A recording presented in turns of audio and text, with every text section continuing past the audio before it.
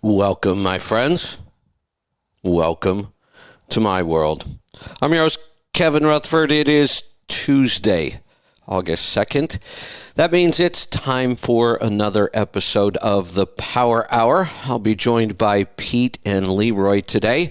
Bruce is off goofing around. I don't remember approving that, but we'll make it work. It is a maintenance free for all today. If you have a question, a comment, a topic, anything at all to do with maintenance, pick up the phone and join us. We're going to open those lines right now. So start dialing 855-950-3835. Line up the calls. We'll get to those here in just a couple minutes. We're going to hear from Pete and Leroy first, and then we'll find out what's on your mind. So, Pete, welcome back. You ready to dazzle the listeners today? I am, Kevin. All right. Absolutely. I like that. I like that. So you had given me an assignment. Yes. About lead in bearings. Just graded. Yeah, is it going to be graded? Yes, of course. Everything's graded. So I looked online and didn't see much about Detroit. He just didn't give any information. So I texted a friend to ask him about it. And he got back to me and said that the manufacturers are not using lead in bearings, but he couldn't tell me what was in them, which is no surprise there. And there's two reasons why they're not using it. One is it's lead, which is That can cause problems. We've tried to get lead out of everything, yeah. And then second would be because of the high cylinder pressures, the lead is not holding up in bearing material. Got it. So then I went to the common site. We have access to Insight, and put in an X15 serial number and started looking through bearing information. And they're also not putting lead in bearings and using a material instead of lead called bismuth. Have you ever heard of that before? I have. It's an element, isn't it? It is. Yeah. And you've probably used it in other products as well. It's actually an ingredient in Pepto-Bismol. Oh, great. Yeah. So they're using that in bearing material to eliminate the lead, and it can hold up better. So I don't know if this is something we're going to have to look into with the oil analysis if they're checking for that. We are going to have to, and actually I did find, let me go back and see if I can find the material that I had. Where did it go? I'll have to look. There is a bearing on the market now, and it's been on the market since 2016, and they're using polymers instead of lead. Okay, I didn't read that anywhere. I read that somewhere when I was... Yeah, so the crazy part here isn't that we have new materials and new bearings. That's awesome. The crazy part is how come nobody knows? This is 7 years, 6 years, whatever it is, 6 years now since these things hit the market, and nobody knows this? It just seems... Yeah, I would think... And part of the reason, I guess, we're not talking about this is so few people use oil analysis, which is still crazy to me that it's not just common in the industry. And if it were common, we'd all know about this, because that's the reason we need to know. Hell, I don't care that it's a better bearing. That's awesome. But because of oil analysis, we needed to know this stuff. Yeah, for sure. And I'm wondering if, when they come up with the different antifreeze or different oil filtration, they announce stuff like that. And I wonder if they just wanted to keep this quiet. Yeah, it seems weird. Yeah. It's an improvement. The other thing I read, you gave a couple reasons. The other reasons I read was because they keep pushing the viscosity lower and lower because of fuel mileage standards that they know they're going to have to meet.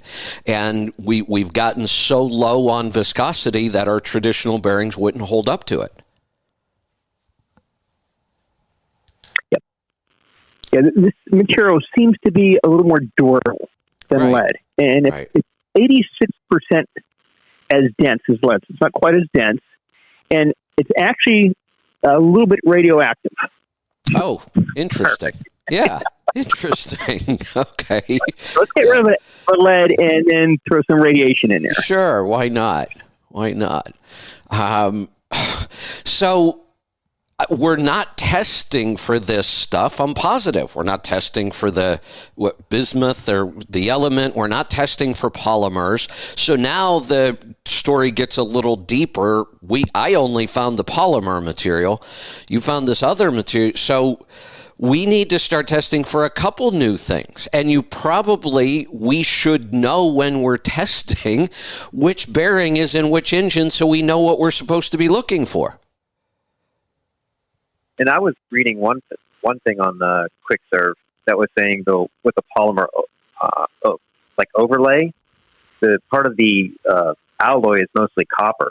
So I wonder if once it's kind of like the polymer overlay, it gets into the copper. So I wonder if that would show up more in oil samples. We see higher copper. Right. And I think we are. Right. I think we are seeing higher copper.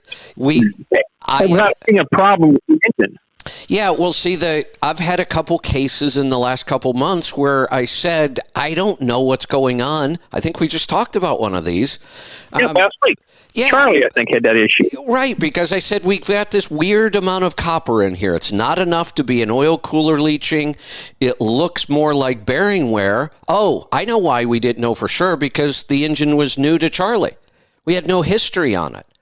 So we assumed that it's possible the lead was already gone and we weren't able to catch it because this is the first sample and now we're seeing copper. So our recommendation was you should probably pull the pan and look at the bearings. But if we knew that this was an engine that had this different bearing and you might see small amounts of copper now instead of lead first, well then if we know that, we don't need to go pull the pan and look at the bearings. And my question, too, would be, so if the new bearings are with a different material because they're stronger, because of the cylinder pressure and the forces on the bearing, so in future, does the aftermarket know this? Are they going to make this type of bearing? Or right. If you were replacing lead bearing in a newer engine and then have premature failure? Right. Because you put the wrong type in it. And with Charlie, he has a DDEC 5, so that's an engine that was last made in 07. Are they going to change those bearings? Because obviously that bearing is different than a DD15. So is it going to be the same? Yeah. Eventually I think where we're headed here now, we've talked about the cylinder kits don't seem to wear out anymore. We're not rebuilding engines because the cylinder kits are worn out.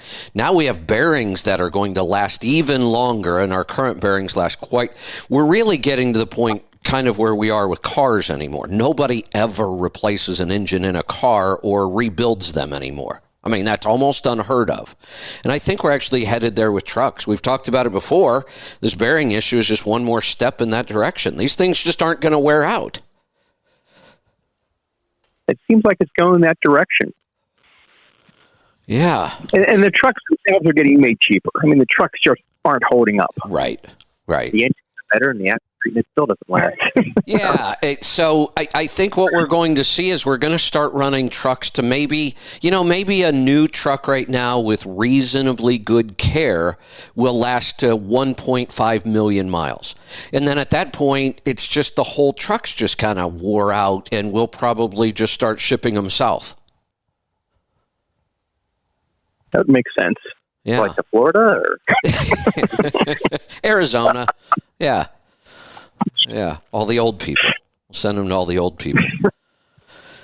Yeah. It's this oil analysis thing is going to become an issue. We need to know what kind of bearing is now in that engine, and it sounds like we may be looking at 3 different options.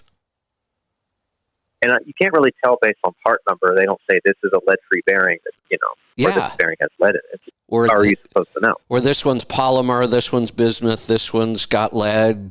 And like you said, if we start replacing bearings, then is anybody paying attention to what the bearing is that's going back in?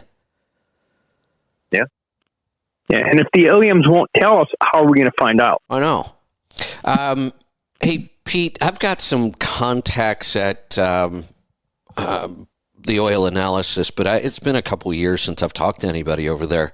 Do you guys have any close contacts now that you're doing all the OPS and the oil samples? So Eric here is the one that's handling that. I'll get with Eric and then see who he talks to, and then maybe get on a conference call with them and let them know what's going on. Yeah, Our people call your...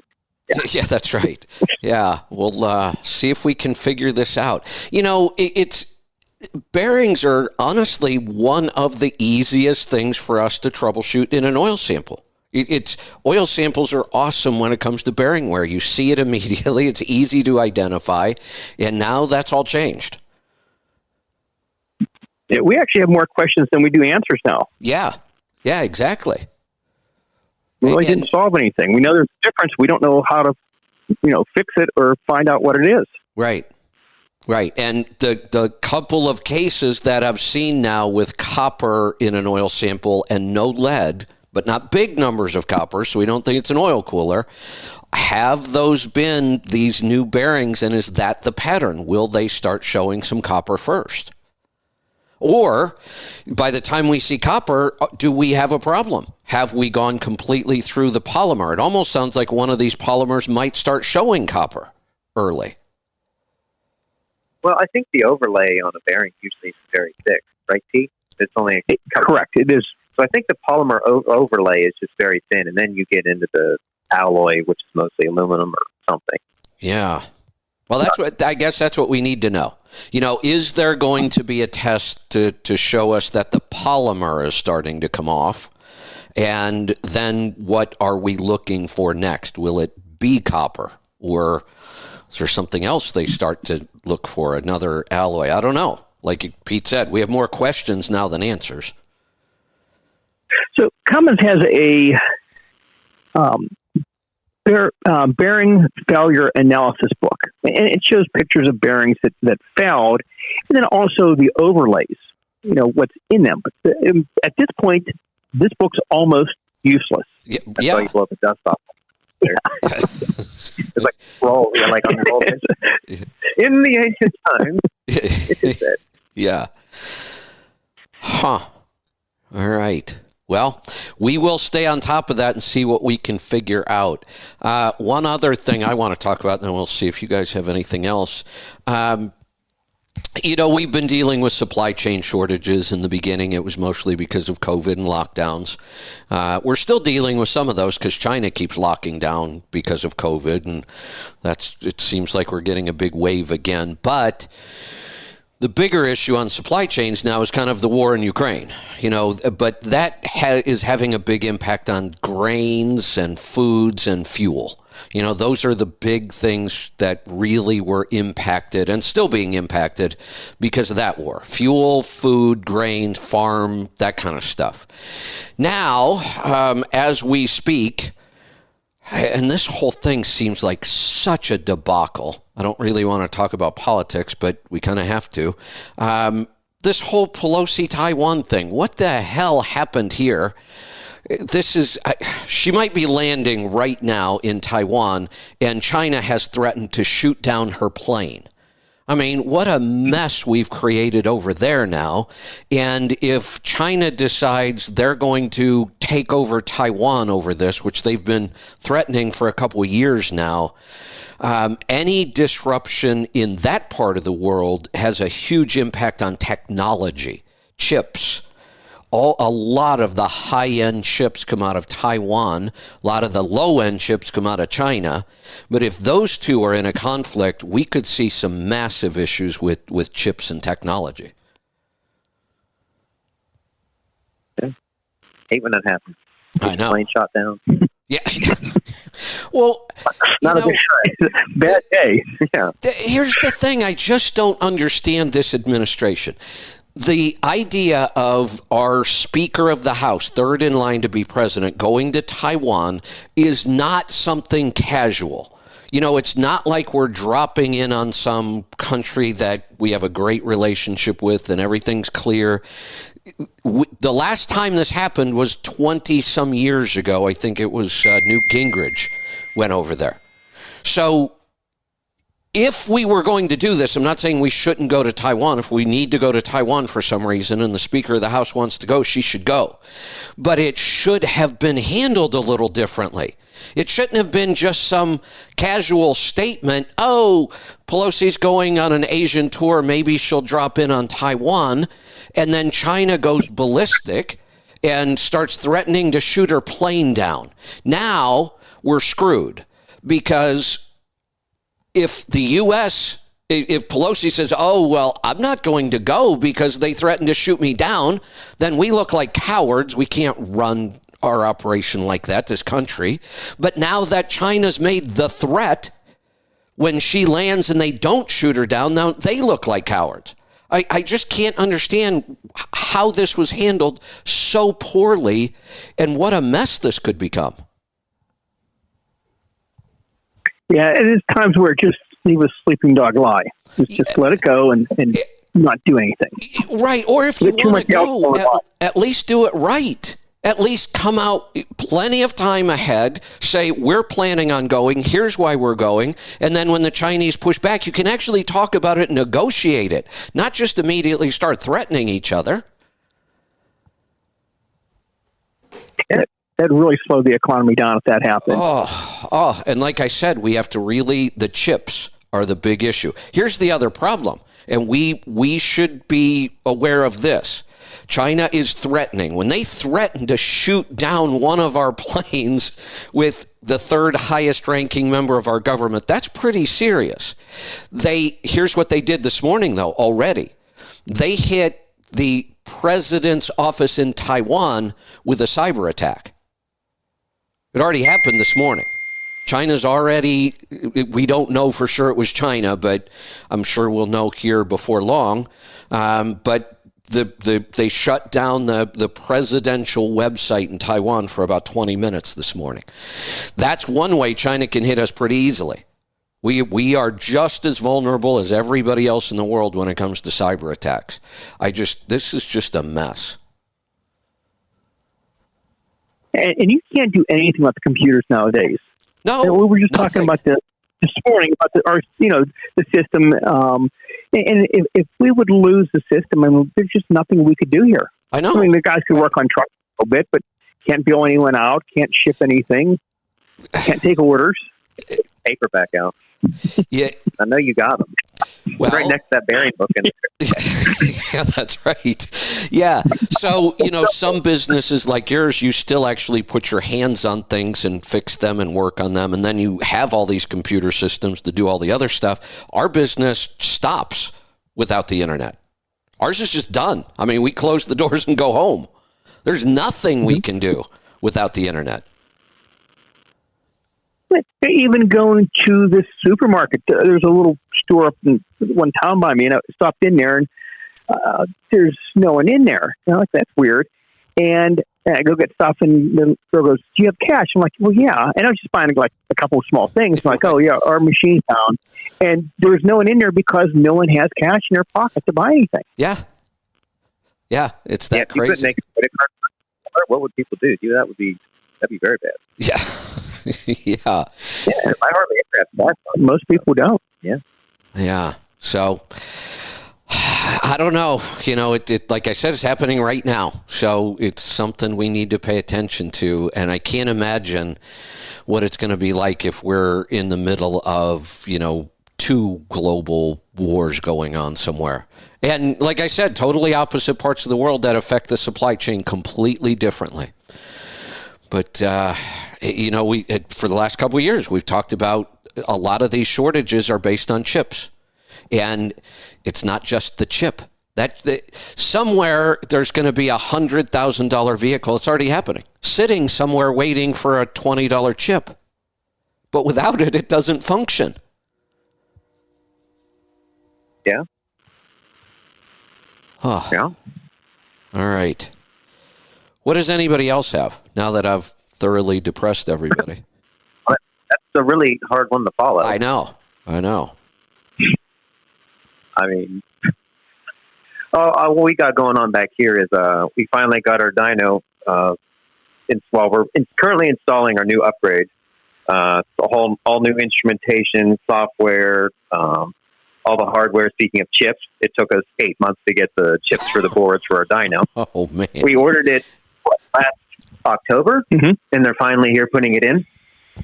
Wow. So that's speaking of shortages. Yeah. So, yeah, we're pretty excited about getting that all put together. It's quite a project to, tear that all down. And, a lot of people we had to push the schedule around a little bit to shut the dyno down to do this. So it's kind of under the gun a little bit. Try to get it all installed in time, but it's going to bring a lot of new upgrades, and it's going to make troubleshooting easier. It's going to make reports easier. Good. Just our testing is better. It's going to be just a leap in the right direction. I think our old system is 10 to 15 years old. So this is really what we need, and pretty excited about it. Yeah, you guys are one of the few shops really that really uses a dyno to its capabilities. Most other shops, they might throw a truck on there to try to find a problem, but you just don't see it being used a lot.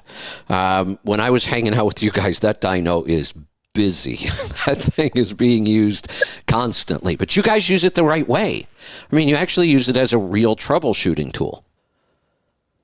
And that was what I was joking with that guy. I was like, I bet most of your customers don't use their dyno as much as we do. And he's like, oh no, one guy we have, when they break in an engine or something, they do 8-10 hour tests to break in an engine. Yeah. I was like, well, we don't do that much. But all they're doing is just putting it on the dyno and letting it run. They have an automatic test cycle they go through, but yeah, they put 80 hours on it before they consider it broken in. Okay, they do a little bit more than we do, so never mind. A little overkill. I don't even understand the concept. How many trucks would he have on 80 hours? Well, what is that? Times 45 miles. You have 60 trucks on that time frame. Somebody would have to explain to me why this is any different than just going and driving the truck for 80 hours. I don't know. That would be awfully expensive. That's a lot of time and money. It's a lot of fuel. To do that. Time on the dyno, fuel. You think about the cost of this, running that thing for 80 hours, and what does it accomplish? Nothing.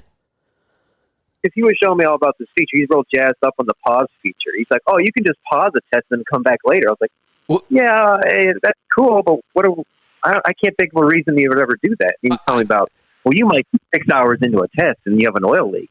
6 hours into a test? How is that possible? Jeez. I don't know. And then I guess they have it at Kenworth. So I guess Kenworth runs their trucks on it all day long. So, with the technology nowadays, I mean, these trucks break in so quick. I mean, 25 years ago, we would build an engine in the winter, and the guy was bobtailing back home. We were concerned, hey, is it going to break in? Because he didn't have the heat or the load on it. Nowadays, right? Yeah. An hour in the dyno and it's broke in. Exactly. 4,000 miles on them now. Yeah. I mean, it's broke in. It's broke in, but 80 hours. Holy cow. Yeah. Hey, part of your warranty. Exactly. That's right. You got 4,000 miles. Yeah. You better disconnect the odometer before you do that. Holy cow. All right. Give him the bill after you put an engine in. We also put 4,000 miles. That's 5 miles per gallon. Yeah. All right. What else we got? That's all I had. Pete, anything else? Nope. I'm going to try to get some more information from Bearings and the oil analysis. And yeah, I think that's the direction we should take on that now, is start talking to the labs and the oil analysis people. I can't believe that this product's been on the market for at least 6 years. The polymer bearings have, and we know nothing about this, and nobody's talking about the oil analysis. Yeah, I'm sure the lead-free's been out since the common rail fuel system. That's when the cylinder pressures have gone up, so that's been out quite a while. Yeah. That's just crazy.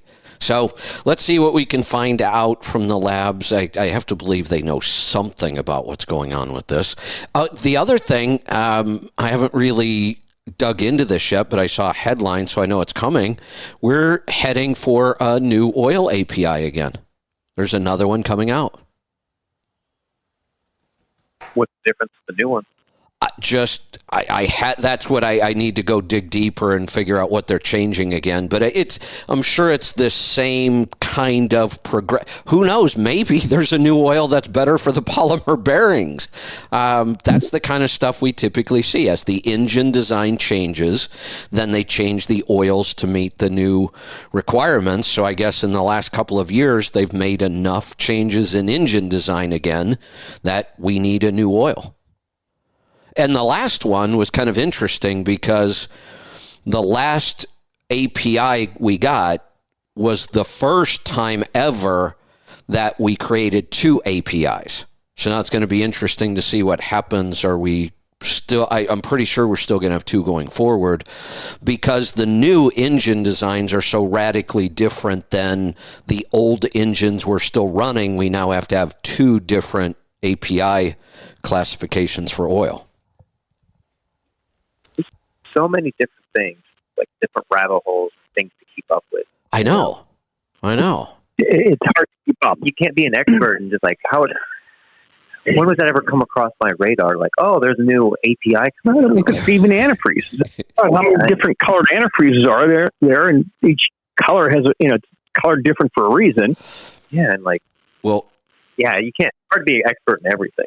And here's the thing. I did a deep dive into antifreeze probably 10 years ago because I was confused, all the different colors, which one goes in which engine. So the interesting thing was I learned a lot about coolant back then.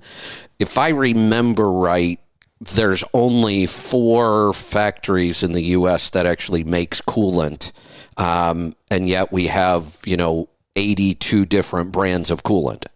They're all made in the same 4 factories, and they're all pretty similar, but there are clearly differences. Certain engines would do much better with certain coolants. The interesting thing was I came across a survey.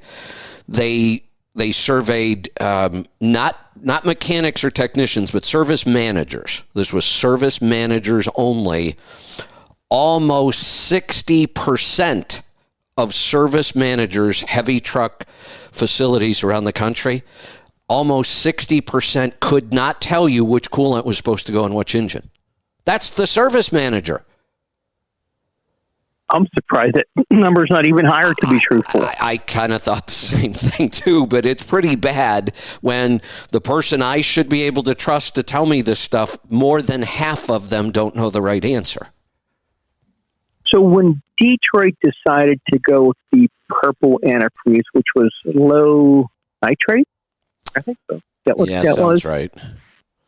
So we got a bulletin on, someone had sent us, and like, hey, you guys aware of this? And we're like, no. So we called people we buy our Detroit parts from, and they had no idea. No idea that even existed. Yeah. Again, how do they keep up? So years ago, with Cummins, they would send us once a week, we would get some information, and it was updates. And it was actually helpful. Now, a lot of it would be stuff that didn't apply to us. I mean, it was all the Cummins engine. So if it was something on a piece of equipment that we don't deal with, I didn't look at. If it was NT, NTC, ISX, and I'd read out what's going on here. And they quit doing that. But they almost need to do that, the engine manufacturers, to keep us informed.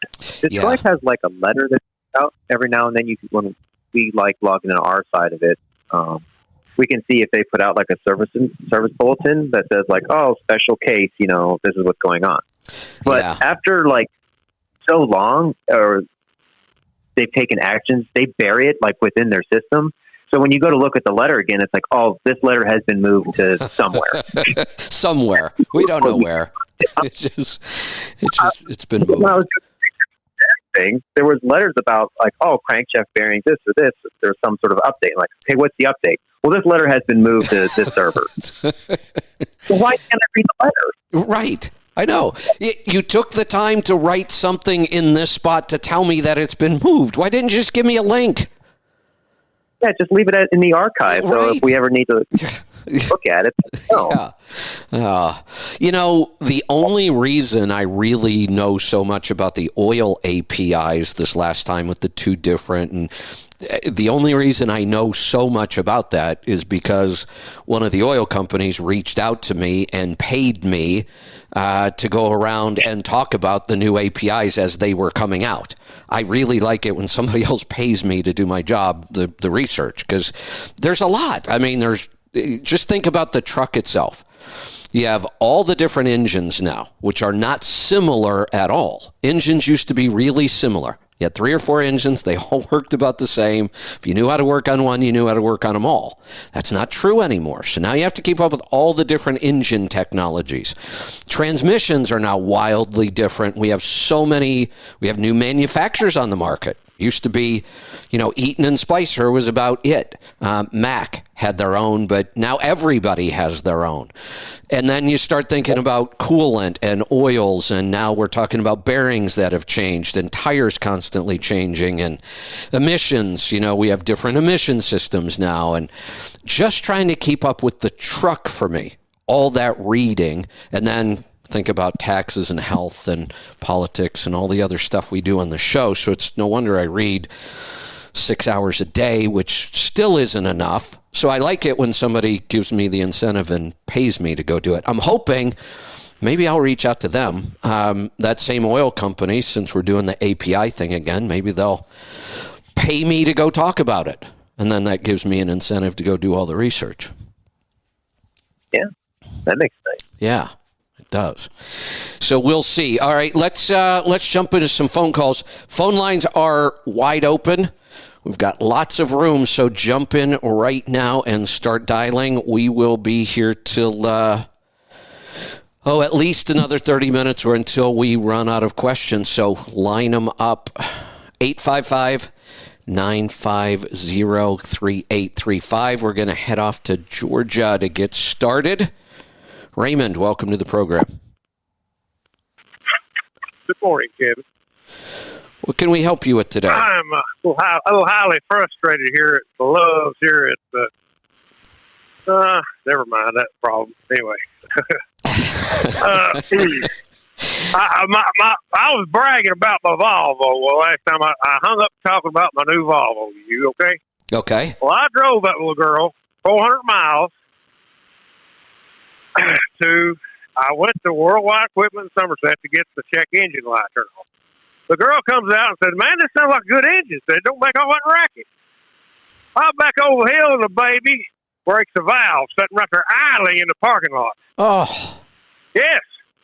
It broke. It didn't drop a valve. It broke the corner off. You know what happened when metal falls in there. So, oh, yeah. end of story there. $25,000 later, I might have an engine. I don't know. The beauty of this thing is, I cannot say enough good things about Mr. Tom Gavrant right now. He's the gentleman I bought it from in Spring Lake, Illinois. He has started his own business installing electric APUs.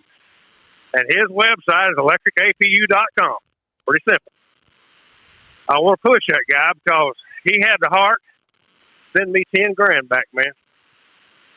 Really? I can't believe it. I really is. I told him I paid him what he asked. I paid him $55,000 for a 2016 Volvo with 845 on it, 835 or something on the miles. 840, let's say.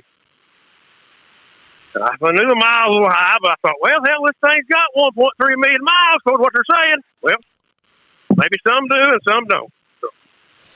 Huh. All right. Yeah.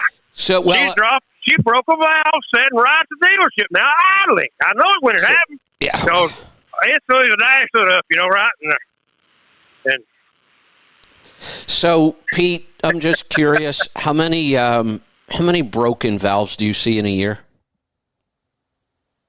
Very few. Yeah. I mean, it's pretty rare. It's an uncommon failure. I think we're going to see more of that causing you to rebuild an engine than actually, one wearing out. Oh, there's a thought. Yeah. Yeah. Yeah. Well, I asked the mechanic how carbon up it was. He said not too bad. So now I know. I mean, of course, I don't think he'd ever run the catalyst or anything in it. So I mean, yeah, I'm sure not. that would help. I'm not sure. I may have missed something there. How many miles was on this? 8. Let's say 840. It's either 835 or 845. I can't remember off the top of my head. Okay, I thought I had Less heard than 850. Yeah. 1.3 million in there somewhere. What was that? Oh, I said I was expecting that much out of the truck. Well, yeah, you're right. But before I had problems, yeah. You're right. That's what we should expect. It's a D13, a D13 I-12, man. It's the best setup in the world, supposedly. And broke a valve idling. Huh. I mean, but yeah. Well, that's unusual. Me and Tom, the previous owner, had been in close contact because he cared. I could tell he cared about my success with this truck. Obviously, he really did. If he gave you $10,000 back because of that, that's pretty incredible. Nobody does that. Well, I told him, I paid a little over market for it because I trusted him and the engine and all that stuff. Here's the way I approached it. I said, man, I know this is fully my responsibility. You are not responsible for this at all. However, if you wanted to hit me a little back, I wouldn't care. I mean, yeah, I got more than I expected. That's what you were saying the other day about taking responsibility. Exactly. Yeah. I took full responsibility.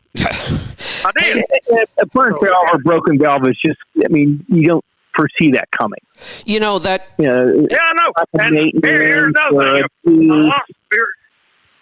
All the oil testing in the world would never told us about this problem. You know, it was no different than the last catastrophic failure I had on an engine, a Series 60. We know those things are just about bulletproof. 700,000 easy miles on that truck, and I was bobtailing and almost coasting when I put a rod through the block. Well, actually, this is my second catastrophic engine failure. I blew a C12 all through hell coming out of Ohio. I was picking up valve tops off the road, man, after I crammed into the gas station there. Yeah, I swear to God, man, there was a couple of valve tops laying behind me. Yeah. The whole side of the block had a hole in it, you know, right? And you're right. There's no way that I know of to have any clue that a catastrophic failure is coming. Oil sampling doesn't do it. I don't know of any other way of finding it.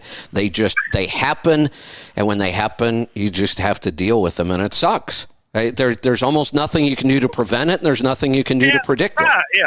Okay. Well, let's talk about the future now. All right. What should I do to this truck while it's in the shop? Should I? Before we do, I want to thank you. I like this electric APU site a lot. I may reach out to this guy and see if we can get him on the show. Praise God. Yes, do it, man. Yeah. I'm telling you, he is a Bosnian man who came over here and worked his ass off for 5 years running back to California this truck and built him a little nest egg. Yeah. I said, man, I'm proud of you and all my own citizens. I mean, all this ball, this generation we got over here, man, it just drives me up the fucking wall. I'm sorry, I didn't mean to say that word. You're allowed. I guess we can. We're not on open air anymore, but yeah, you're allowed. We don't care anymore. You know, one of the things I've said for years now, we've been looking at electric for, hotel loads in the truck, and I've said we're just not there yet.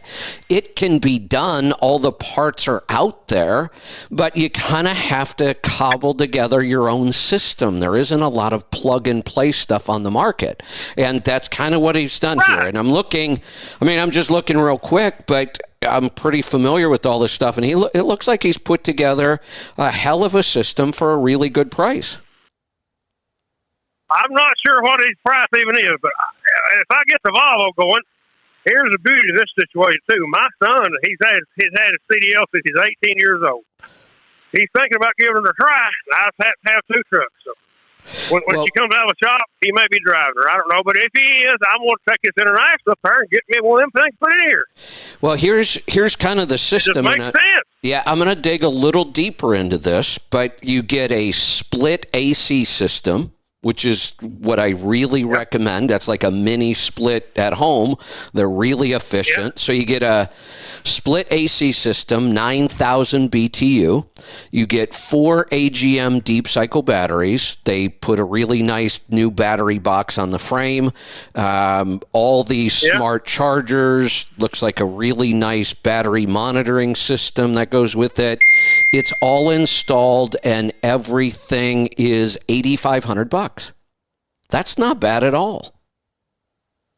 I don't think so. I mean, really, what you're getting. Now, his system on the Volvo also heats the water up through the S-Bar. Yeah. When you start up when it's cold, and it makes you 100 degrees before you even start the truck.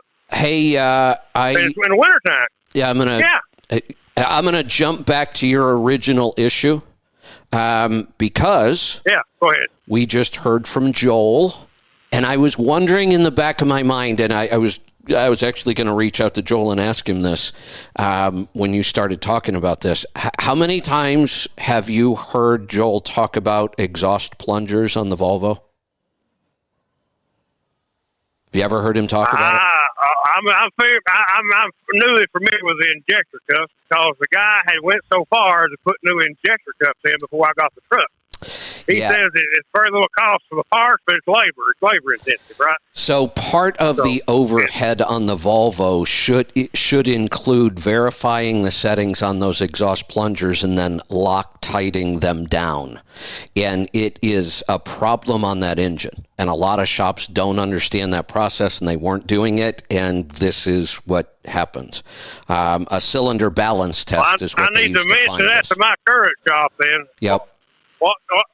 Run that by me one more time. So are you on... what kind of plunger? Are you on truckingtribe.com? I'm on... I think I'm on Healthy Tribe. Okay. I don't think I'm... Maybe I do. I need to join all 3 sites. That's another question I need to ask you. If you're asking... if you're asking me if you should spend more money with us, the answer is always yes. Well, I apologize too. I haven't ordered anything from the store lately. No, the first thing I did, sir, when I heard you'd been fired, I ordered $100-something all this stuff. Thank you. I really appreciate that. So here's what we just need to get you in touch with Joel. Whether it's on Facebook or Healthy Tribe or Trucking Tribe or wherever, reach out to Joel because he will walk you right through this. They are exhaust plungers. That's what we're talking about. But exhaust plunger, okay. Exhaust plunger. Never heard of such. Exhaust plunger, okay. Yeah. But if Joel's really good, he spends a lot of time helping people with this kind of stuff. He'll walk you right through this, tell you exactly what to say to the dealer, the whole shot. And this truck, man, it looks like brand friggin' new on the inside. Now it does. That's how good a care he's taking of it. So he even put new brake chambers on all the way around. Isn't this crazy that, let's think about this, something as simple as checking this setting and then getting it right and putting a little bit of Loctite on. And because it wasn't done, we lost an entire engine. Well, I'm not sure it wasn't done, sir. I mean, I don't know what they know of her. I mean, he's got a mechanic that works right there in his shop with him. That's probably not a Volvo guy, but a damn good mechanic. I mean, so I don't know whether I'll have to ask about the exhaust plunger thing. I mean, did you Loctite it down? Maybe that's what problem. Check. Check. Yes, I will. I know it's common because Joel's been talking about it for a couple of years now. Well, I'll even call my shop after a while and see if they pick that up. The exhaust plunger wasn't set right, maybe, or something. Yeah, here's the thing. We could go back and blame everybody for not knowing this kind of stuff, but that's kind of our theme today. That we were talking about all these service bulletins and how do you keep up with all this stuff. So I think rather than just blaming everybody and saying, oh, my God, they didn't know, we should educate these people. That's the only way we're going to fix this is if we start, every time we identify something, share it. So go back to your shop and say, hey, I was talking about this. Somebody told me that the exhaust plunger could cause this. See if they know. And if they don't, maybe we can educate them so it doesn't happen to somebody else. sir. It might be an intake valve. I'm not sure which. I think it's an exhaust. The exhaust will be the smaller one. Right? I've got pictures of it. I mean, I can send you a picture. Yeah. Well, like I said, reach out to Joel. Let's get this right, and let's go back and maybe educate your shop, and maybe we can. Joel, what's his last name? Morrow. Not Salison, the other one, right? Yeah, Morrow. Joel who? Morrow. M-O-R-R. O-W. O-W? Yeah. Yep. Yeah, that's a Mar in our country. Well, there you go. A Mar, yeah. Yeah, there Morrow. you go. M-O-R. Joel Morrow. Is he .com, or how do I get a hold of him? Like I said, either Facebook, truckingtribe.com. This Friday. Okay, I got his name now down here. Yeah, I'll follow him up.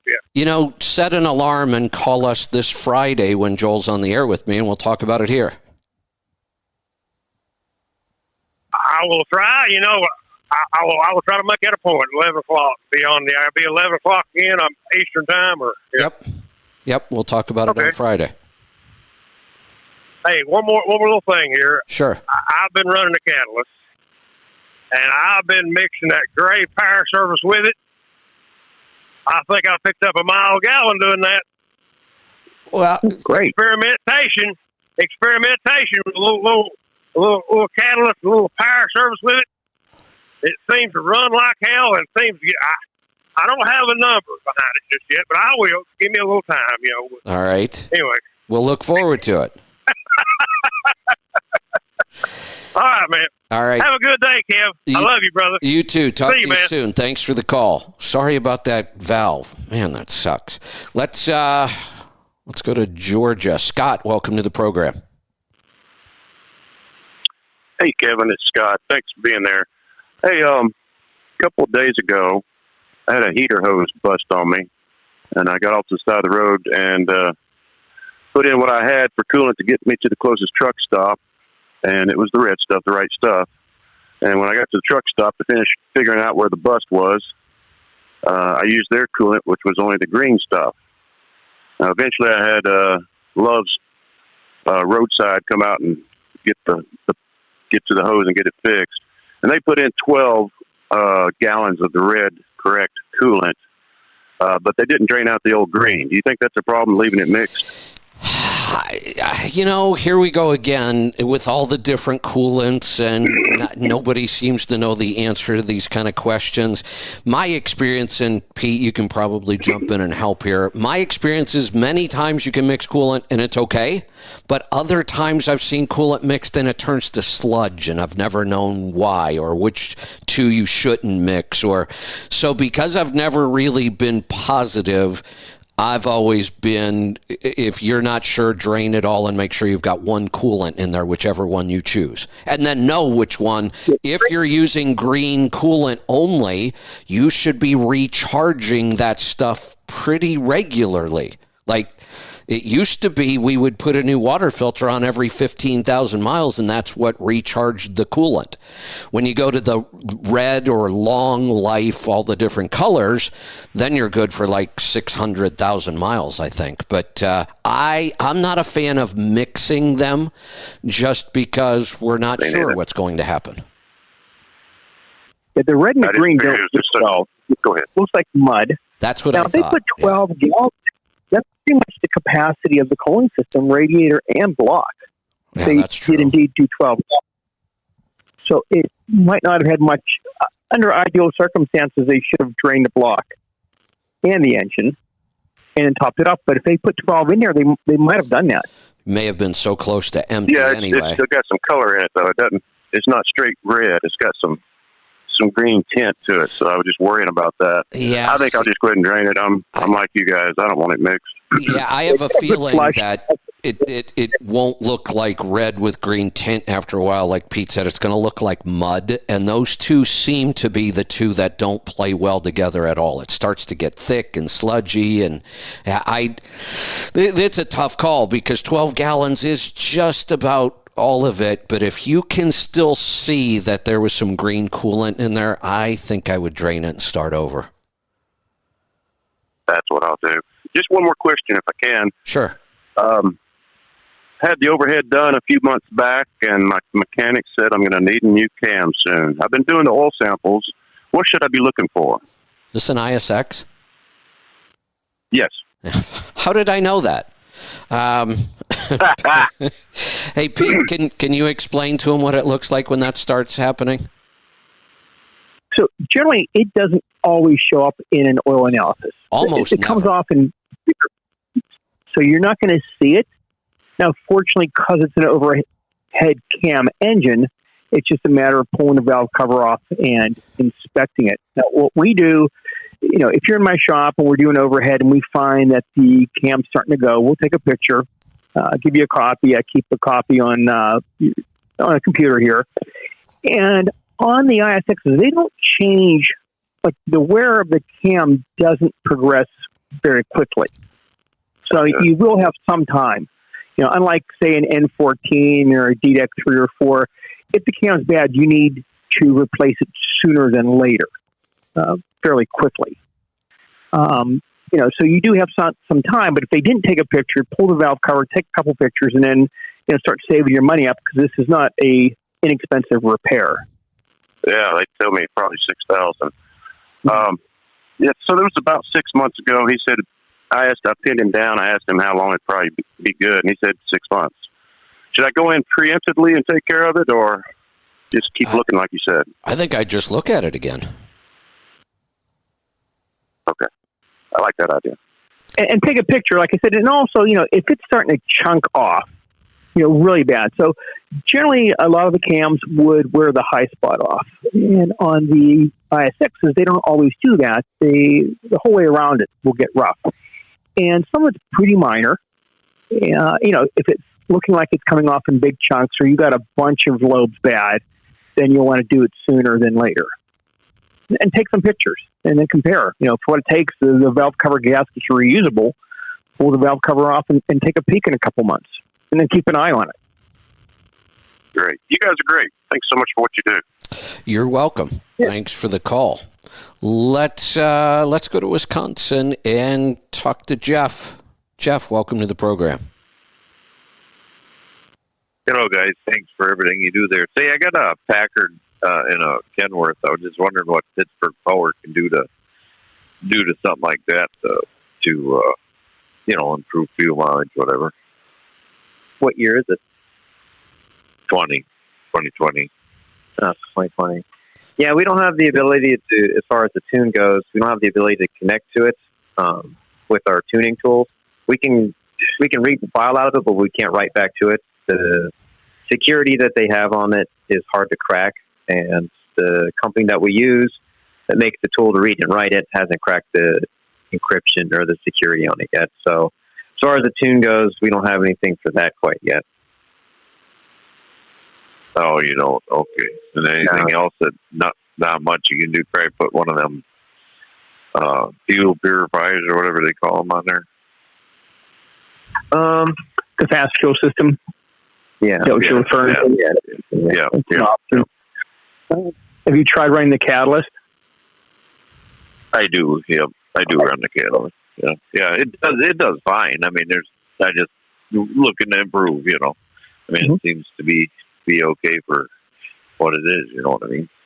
But there's something we're working on that, but it's not ready yet. So.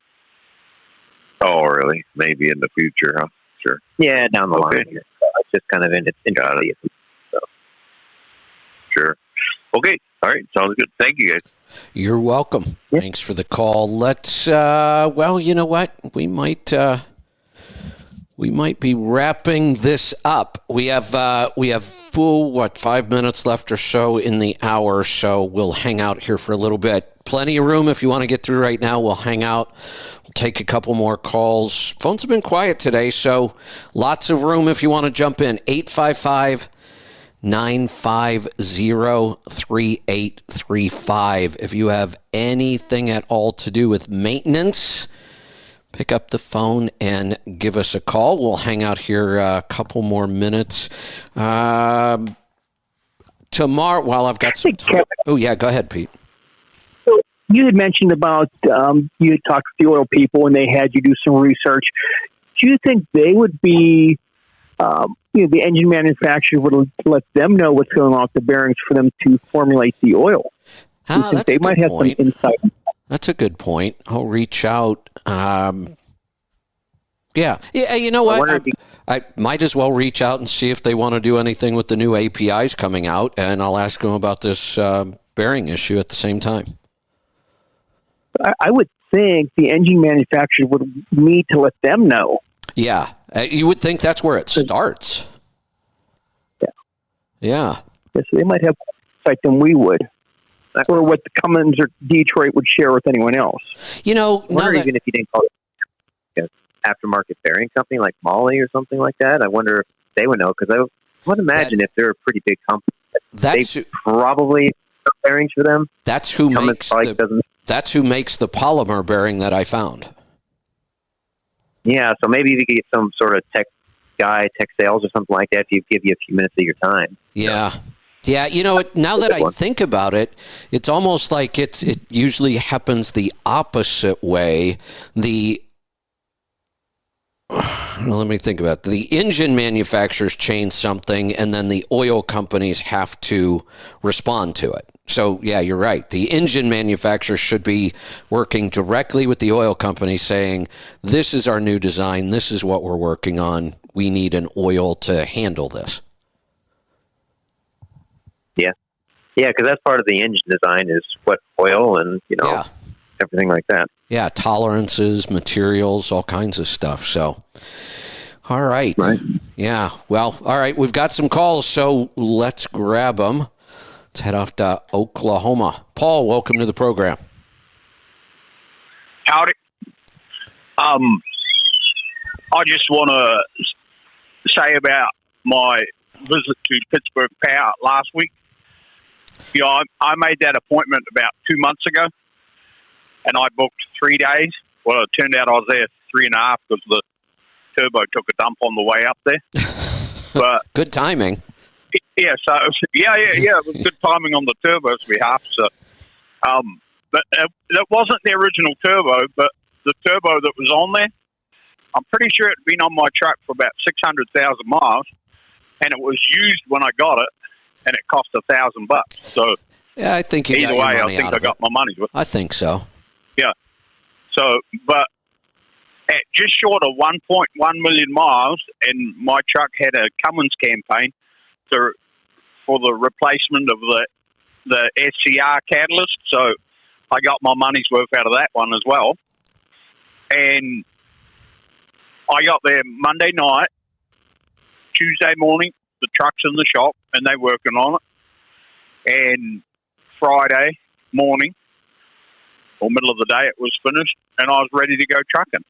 So if I just showed up somewhere at someone else's shop and it's like, I'd probably still be sitting there because they wouldn't have even got to me already, probably. So we'll get to you next week, maybe. So, as crazy as this sounds, and I'm kind of saying this tongue in cheek, but I'm almost rooting for the recession. Yeah. I'm How dare you? Hurt a little bit. Yeah, I want to get back to the point where I can pick up the phone and when I need something, I call somebody and they actually come and do something and I pay them. That's almost impossible anymore. Yeah. Yeah. Well, I spent a big chunk of money, but the turbo was a big chunk of it. But when I left there, it's like, new turbo, I got to try it out. Well, it shoots up to, I don't have a digital gauge, but it was probably 38 or 39 PSI if I wanted it, but normally I don't go that high, but I just wanted to see. Yeah. So pretty sure the horsepower's right there. So this isn't trucking related, but it's the same issue, and I've talked about it where I'm an hour away from the nearest city and I'm pretty remote, and so it's even harder to try to get anything done out here. I've been trying to get some stonework done around the house, and it's been probably 4 or 5 months, and we have a guy who's done stonework for us before, and we said, hey, we have a job. When you've got some time, come on over. We haven't heard from him. But now I'm watching him work on a house across the street, and I'm sure it's because it's a bigger job. I just have a little job, but after the show, I'm going to walk over and say, hey, you're right here. How about coming over and finishing or, do this little job? But it's just everything anymore. I can't get anything done.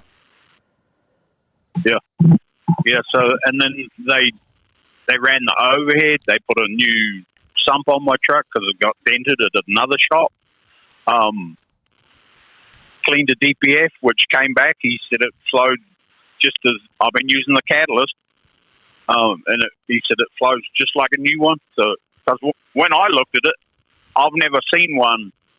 I've seen pictures when they use the catalyst, and it looks like the orange or red brick, and I thought it looked kind of nasty, but the DPF guy, he looked at it and he said, oh no, this looks good, this will clean up good. Okay, and it come back as good as a new one, so I'm a happy camper. There you go.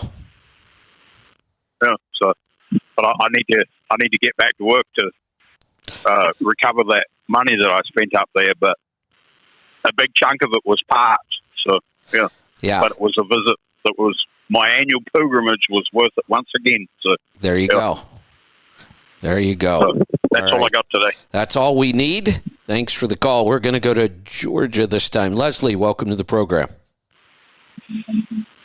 Hey, how you doing, Kevin? Good. What's on your mind today? I've got an issue with a NOx sensor. I've got a 2019 Cascadia with a DD15. And about a year and a half ago, the NOx sensor went out. The truck went into D-rates. I went into a dealership. They replaced it, did a force regen. Everything's great. I've been running the catalyst. My truck's got 452,000 miles on it. I've been running the catalyst for about the last 200,000. And I haven't had any problems up until about 2 weeks ago. And I had a check engine light come on, and after being stuck in D-rate and driving 50 miles an hour for about 100 miles, I said, well, I better get in and have this checked out. And they said, it's your NOx sensor. And they said, we can replace it. This was at a TA, and they had the part, and the guy got in there to work on it, and he said, I can't get the sensor out. It's seized.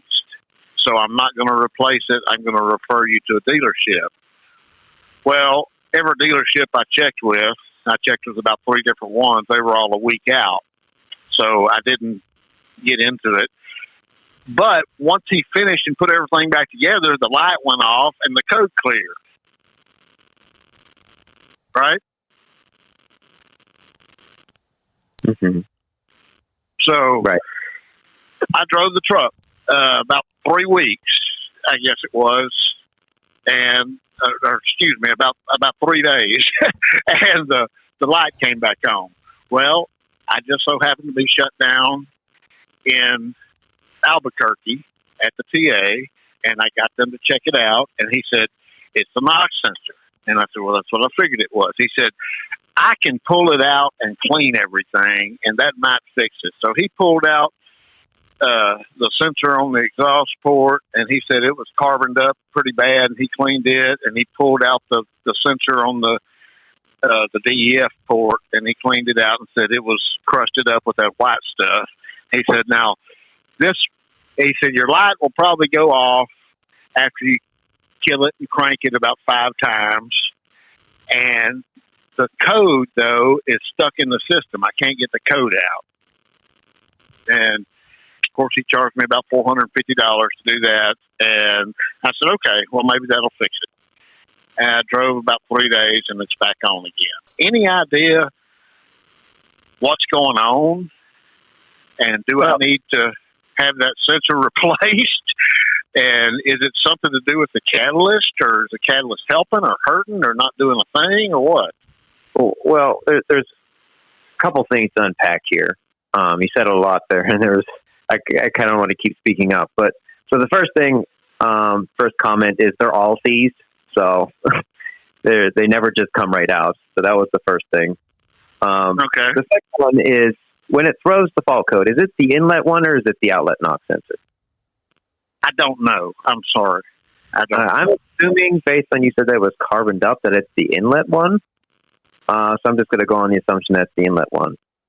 And when it throws the code, what is the description for the code? Does it say that the data is erratic, incorrect? Does it say that there's no connection to the knock sensor? Does it say that the sensor has drifted? What is sort of the description it gives you? Again, I'm sorry, I don't know. Yeah. So, like for instance, if it's a CAN communication code to the inlet knock sensor, so the knock sensor itself is unlike other sensors that are just wired right to the ECM. The knock sensor has a little control board, like a little computer with the knock sensor, so it gets its reading. Right. It sits on the side of the DPF filter. The little right. board. And then it does its processing inside of that board and then sends it back to the data link back to the ECM, right? In your case, back to the MC. So if the fault code is for lost data link connection to the knock sensor itself, well, that could be a ECM or wiring problem. It's the ECM is saying, hey, knock sensor, are you there? And if it doesn't hear anything back, it throws a code and says there's no knock sensor. It's the same thing, the same code that would pop up if you unplugged it. So in that case, no, you wouldn't need to unplug it.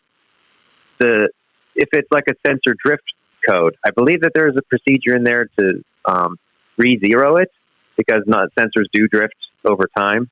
Usually I just looked it up and it did say that it's the inlet knock sensor drift low box code. Yeah, so sensors do drift over a while, and I know in Cummins I don't do as many DDs here. We just don't see as many. I'd like to see more, but there is a procedure inside of the software you can go in and reset the sensor drift. So what I mean by sensor drift is if this is typically your zero mark, right? When the engine is just sitting there key on, not running, the knock sensor should read 0 parts per million of knocks. If the sensor has drifted and you turn the key on, as long as the sensor is warm, then it should read 0. If it reads 10, 20, 30, then you're basically offsetting your actual reading by, 10, 20, 30, 100 ppm, however far that sensor has drifted, which would give the ECM a bad reading saying the sensor looks like it's reading wrong, replace me. Okay, so this is probably just an adjustment that needs to be done, and I don't have to worry about it derating. Well, if it were here, I would want to see, well, if it's saying sensor drift low, like, well, what is the reading? What is it saying? Is it typical for what it's supposed to do? Like when those guys replaced and went out back and did a regen, they should sit in the truck and watch the data as it comes in and see if everything is back up to snuff. That's the reason you would do a regen. I mean, most people do a regen after they replace a sensor because that's mostly what you have to do to clear the code. But and the guy in Albuquerque, he did a regen, but he couldn't get the code to clear. Yeah, there is also a way to clear permanent codes inside of the software. I don't know if maybe his version doesn't have that, but there is a way. Yeah, well, they have that JPro software that they use at TA, and you have to have dealer level stuff. Right. So that could be it. But no, you can't really clean the sensors. So I've heard it both ways. Some people say I cleaned it, I didn't have any issues. That's what most people say. Some people say they cleaned it and it works fine. But just the way that the sensor works, you can't really spray with contact clean or anything. It's just not the way the sensor works. But before I would replace it again, I want to see what the reading is and, come to some sort of conclusion to whether I need to replace it or not, or what is going on. Is it something else that's leading to that? So is the sensor being damaged because something else is reading wrong and it's getting a lot of carbon? There's a lot of steps there, but you shouldn't have to replace the sensor every, couple months, it sounds like, is what you're doing. Yeah. Well, like I say, it was replaced about a year and a half ago. And how many miles did you put on in a year and a half? I would say about 160 probably. Yeah, I mean, so when that truck is new, it puts more than 160,000 miles on before it throws a NOx sensor code. 9 times out of 10, they usually make their warranty, and then when they're out of warranty, then they get rid of the truck. Now they have all these issues. So the sensor is known to last that long. So there's something causing it to fail early, or just the wrong part is being replaced. I mean, I think that needs to be investigated a little further before we just keep throwing expensive NOx sensors at it. So the best thing to do is get it into the dealer and have them check it, see if they can recalibrate that drift that you're talking about. Yeah, they need to zero the sensor drift. If there is an ability to do that in Detroit, I believe that there is. I know there isn't on ISX, but I'm not quite sure on DD off the top of my head. That, and like I said, run the region or take it for a road test, see what the values are actually giving you, and you can make a better determination of what has actually failed. So it's going to be the end of the month before I get back home, and I can put it in the dealer, because even if it takes a week, I can leave it there with them. Is it going to give me any problems with the check engine light being on? Well, I mean, I sure hope not, but that's kind of a hard one to say. Yeah, I can't say either way. Yeah, well, if it was your truck, would you run it until you got home in a month? You said a month? Yeah. Yeah, into August. With that one. I don't think that sensor will. Well, if it completely dies, then it'll put you in an inducement derate and do the safe harbor mode where it tries to put you into 5 mile an hour derate. But if it's just shooting off and it hasn't died, I think it just puts you into a 25% derate, which really sucks. But you can kind of get it around while you had. Yeah, you can limp in. You can limp into a shop at 50 miles an hour. Yeah, if it were my truck, I mean, depending on your situation with whatever loads you got to carry, whatever, I would probably drive it until the end of the month. I wouldn't be that afraid of it. Okay. Well, that's the main thing. And is the catalyst helping me or hurting me in any way with the NOx sensor issue? It's definitely helping, and we're keeping everything clean.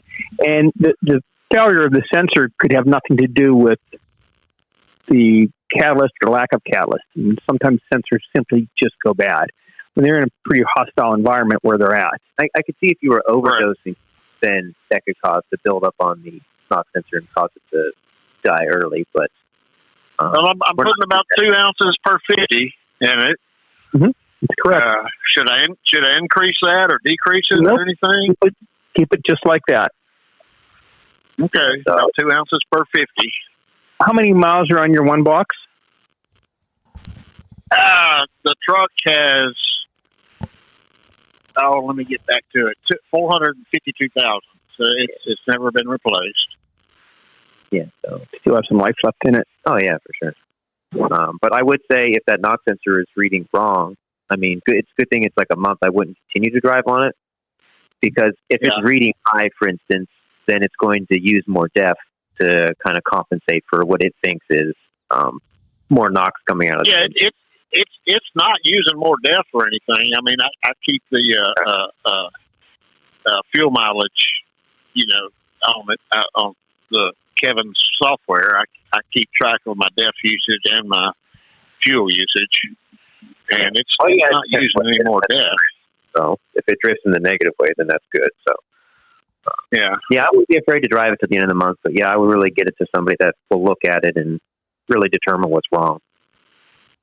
Okay. So I know what to tell them now when I take it in anyway. Yeah. All right. Well, I appreciate you guys.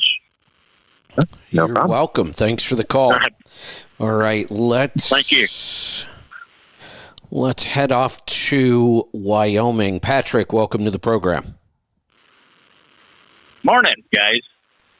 So about 18 months ago, I put this 07 W9 with an A-cert cat in it, and JR and I tuned it and screwed around with it, put it up to about 1,000 horse and about 3,000 foot-pounds of torque, and it would pass everything on the road but a fuel stop, and then prices of fuel went up. And I called JR one day in a panic, and I said, listen, we got to do something about this because this ain't going to fly at $5 a gallon. So we put a 700-horse tune in it with about 2,500 foot-pounds of torque. And this thing was at, the quarter before, 4.35 for the quarter. And Heidi just ran the numbers, and we're at 6.54 for the quarter. 2.2 miles to the gallon, and I'm passing everything in sight, and I'm sitting about 67, 68 miles an hour with 336s in this A-Cert Cat with a 13-speed square nose truck, and we're a little over 6.5. So another testimony of what these guys will do when you present them a problem fuel mileage wise, and the stick-to-itiveness that these guys have got in the back office. These guys are to work with, and I'm a little biased. You know, I got the Pittsburgh Power tattoo, so there you go. I remember building that file too, because usually when we do like our fuel economy testing on the dyno, we make our adjustments. I mean, we're searching for like 2/10, 3/10. And we made adjustments on that one, and like we saw like a half to 1, like 3/4 somewhere in there, in certain sections of the map. And I was like, I got to go back and flash back to stock and do it again because I just don't believe what I did. Like the changes we made that big of a difference. But that's sort of a special file that we have in there. That's that one has certainly been kind of something we're proud of. So hey Patrick, when I got this truck. Yeah, I think you were saying I think you were saying that tongue in cheek, but I'm going to check just to make sure. Do you have a Pittsburgh Power tattoo? No, but on my laptop it says Pittsburgh Power right on the top of it. The reason I asked, Pete, you guys are going to have to step up your game because I do have 2 people with CMC tattoos and 1 with the Let's Truck tattoo. They're real. Wasn't there a band? What's that? Are you sure it's yours? There's a band CMC. Are you sure it's yours? No, it was mine. Seriously, when the CMC first started, it was 2 days. It was just me. I mean, just me. I didn't even have anybody that traveled with me and helped me in the beginning. He handed out the books, did everything, stood up there and talked for 2 days. I do my first day. I was in Vegas, of course. It had to be Vegas. I do my first day. We had there were times where I would stay there till 8 or 9 o'clock at night. And, we started at 8 in the morning. So we finish up the first day. It was a long day. It's Vegas, so a bunch of the guys go out partying. One guy walks in the next morning, and he shows me the tattoo he got. He got a CMC tattoo after the event on the first day. I just thought, I just couldn't believe it. But he did. I need to send Leroy and Jordan out for tattoos after this. So there you go. If you have an idea, you got to step up your game. You've got loyalty when they're getting tattoos. Yeah, we'll get one. Leroy, that program that we put in that Volvo. Yeah, I haven't had a chance to do anything with it yet, but she ran the numbers on that truck for the quarter, and it was at 7:05 pulling that van. So I got a trip to make out to Iowa at the middle of this month with that truck, and then we're going to dial that fuel mileage in. But I just want to let you know that with all my other stuff that went on there, I out on 2 of them trips, and that was trips that we were going to dial that fuel mileage in on. But we're getting there, okay? So I will give you an update when I get one. So your last trip was at 7. What was it on average before? Like, I think it was 727. And that truck doesn't have an APU on it, so when it's really hot, then it's got to run, of course. But I think the fuel mileage 727 before we put that tune in. So this next couple of trips, I got one on the 15th and one on the 31st. And those 2 trips are going to dial that in and we'll know exactly what that tune did for that truck. And I'm hoping for 8.5. I really am. Oh boy, if it gets 8.5, I'll get. Well, you got to think big. I'll tell you, well, we got to set that curb a little bit, So there you go. So yeah, no, that's been really challenging. Of all the ones I've done, I think Volvo is one of the more challenging ones. But yeah, I mean, if we get 8.5, I'll have to call Joe. He can tattoo Volvo left-handed, like your bottom. There you go. Anyway, guys, thanks. Have a great day. All right, thanks for the call. Let's go to Missouri. Mike, welcome to the program. Good morning. I have a question about swapping gear end ratios. I have a 14 T680 with an ISX in it, the 2350. It does have a dirty in it. I have 325s with the 9-speed converter to 13. What would I benefit by throwing 264s in it? Okay, you said you had a 9-speed? Yes, it's the 9-speed converted to the 13. Oh, okay. Okay, so it's a 13 convertible. All right, so that will be a double overdrive. You're going to have 2 overdrive gears, and 11th is going to be direct. What you gain from 264s? How fast do you like to run most of the time? We run hot mode, so I mean we're looking, slow it down a little bit, but we're right around that 67 to 70 mile mark. Yeah, that'll still work on an ISX. So where you gain is, you're going from 325s, you said? Yeah. So we'd have to calculate this. I'm going to say it's probably not worth it unless you have done everything else you can possibly do to improve fuel economy, and this is the last thing you got. Is that where we are? Almost. I have a couple more items to do on the truck. I have to see the exhaust manifold on it, and then I do want to go back to a factory soon and then get it down to Pittsburgh Towers. Like I said, it has a dirty in it. And mainly the reason I'm looking at it is the truck has 1 million miles on it as it sits right now. So I did the oil samples from my rear ends, and they're showing copper already. So I know that we're getting close to needing new rear ends. Oh, so you've sampled them? Yes, and it showed almost 300 and so much copper and like 700-800 iron in it. So I know we're getting ready to lose one here, at least the front. At least I figured it's the time to do it. Well, let's talk about that, because if you are going to do rear ends, then that is the time to re-gear. But I'm not sure that that's a good decision or not. Are you prepared to do an in-frame on this thing when it's time? It already had an end-frame. It had an end-frame about 250,000 ago. Ooh. How come so early? Carbon padding. Okay. Because I was going to say, if you're not prepared to do an in-frame here soon, then don't spend all this money. But the in-frame's already been done. If you plan on keeping this truck, you could re-gear it, but I think I would wait till we really know for sure they need to be re-geared. So normally we were taking trucks that had started with 355s, and when you go to 264s, you gain a couple things. You can lower the RPM just a little bit, not much, at the same speed in a different gear.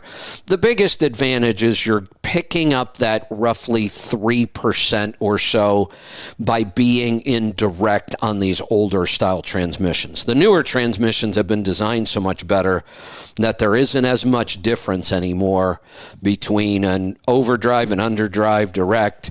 But on the older transmissions, it's 2 or 3%. That's what you pick up. And when you do the math, Pete, if you guys had to re-gear a truck today, 2 axles, what would it cost? I mean, we're probably looking at like $8,000 anymore, aren't we? Yeah, I was going to say upwards of 10. 10. The local Kenworth said about $7,000, and that's with using mine as a core, even though it's a different ratio.